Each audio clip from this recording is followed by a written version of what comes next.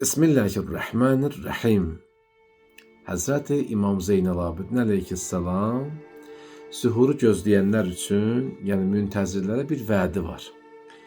Həmin bu hədis mərhum Şeyx Sadıqun Kəmaləddin kitabında öz əksini tapmışdı.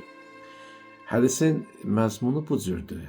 Ey Əbu Xalid, həqiqətən onun, yəni İmam Mehdi əleyhissalamın qeyb dövrünün əhli olub, onun imamətinə etiqad bəsləyənlər və zuhurunu gözləyənlər bütün zamanların əhlindən üstündülər.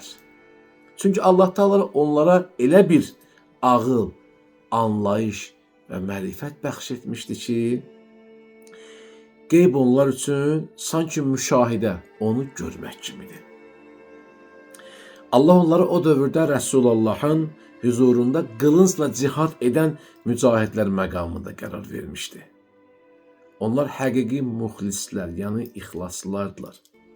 Bizim doğrusu şiyələrimiz və gizlində aşkarda Allah'ın dininə dəvət edənlərdir.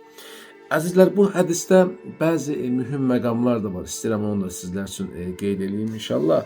Burada intizarın elmi tərəfi də var. Yəni elmi tərəfi göstərilir. İmam əleyhissalam burada vurğuluyor ki, bu üstünlük sadəcə bir hissi üstünlük deyil. Ağıl və mərifət üzərində qurulubdur. Görmədən də inanmaq olar. Qeybin müşahidə mənziləsində olması ifadəsi, yəni müminin imandakı yəqinliyinin ən pik nöqtəsini göstərir. Həqiqi gözləyənlər, həqiqi müntəzirlər kənara çəkilib oturmurlar. Onlar gizlində və aşkarda dinə dəvət edənlərdir. Allah bizi həqiqi zuhuru gözləyənlərdən və həqiqi müntəzirlərdən qərar versin inşallah.